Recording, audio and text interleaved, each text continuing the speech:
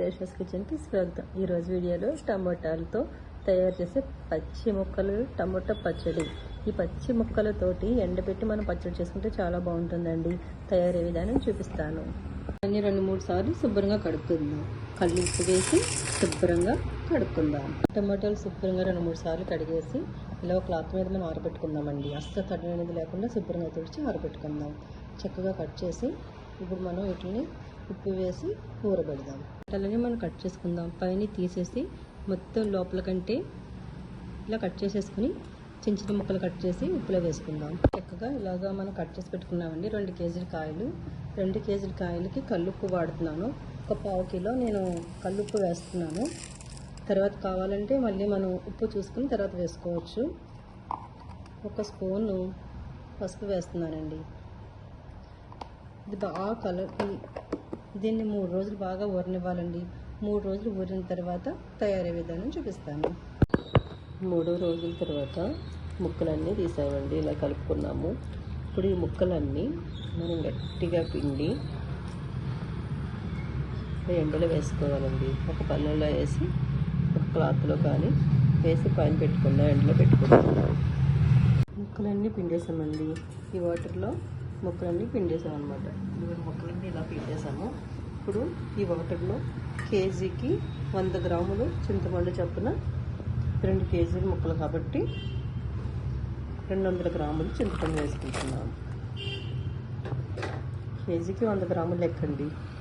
2 కేజీలు కాబట్టి 200 గ్రాములు చింతపండు. ఇది కూడా మనం ఎండలో పెట్టుకోవాలి. ఇది ఒక కవర్ల మీద కానీ కట్ మీద కానీ వేసి పైన మనం ఎండలో పెట్టుకుందాం. ఇందులో ఒక పెద్ద వెల్లుల్లిపాయ తీసుకున్నానండి. 1 స్పూన్ మెంతిపిండి. ఇది పండుమిర్చి మనం పేస్ట్ చేసి పెట్టుకున్నాము. ఇవన్నీ మనం పండుమిర్చి ఎంత అవసరం అనేది చూసుకుని కేజీ టమాటాలకి 1/2 కేజీ పండుమిర్చి సరిపోతుంది. దానికి తగిన విధంగా మీరు టేస్ట్ చూసుకుని ఇవన్నీ మనం కోర్స్గా పట్టుకుందాం. మిక్సీ పెట్టామండి. ఏమేమి మిక్సీ పెట్టామో ఒకసారి చెప్తాను నేను. ఎండబెట్టిన టమాటా ముక్కలు, రసం బాగా దగ్గరకు వచ్చేసిన గుజ్జు అన్నమాట రసం, ఇంకా పండుమిర్చి పేస్ట్, వెల్లుల్లి కచ్చాపచ్చాగా వెల్లుల్లి వేసాను అన్నమాట కొట్టి. మనం కూడా కోర్స్గా పట్టుకోవాలి. నెక్స్ట్ మెంతి పొడి, కొంచెం 1 స్పూన్ మెంతి పొడి అన్నీ వేసి మిక్సీ పెట్టాను. నేను 1 టేబుల్ స్పూన్ బెల్లం పొడి వేస్తాను. బెల్లం పొడి వేయడం అనేది పూర్తిగా మీ ఆప్షన్ అండి. కొంతమంది పచ్చళ్ళలో బెల్లం పొడి వేసుకుంటారు. 1 స్పూన్ టేస్ట్ బాగుంటుందని. కొంతమందికి అస్సలు ఇష్టం ఉండదు. అది పూర్తిగా మీ ఇష్టం. ఇవన్నీ మిక్సీ పట్టి చూపిస్తాను. చూసారా, మిక్సీ పట్టాను. కొంచెం బెల్లం పొడి వేసిన తర్వాత దీన్ని మనం తాలింపు పెట్టుకుందాం. మీకు ఎయిర్ టైట్ కంటైనర్లో పెట్టేసుకుని ఎప్పుడు కావాలన్నప్పుడు కొంచెం కొంచెం తాలింపు పెట్టుకోవచ్చు. పెట్టానండి. కొంచెం ఆయిల్ వేసాను. నేను నువ్వుల నూనె వేసాను. కొంచెం పచ్చి తాలింపు పెడుతున్నాను.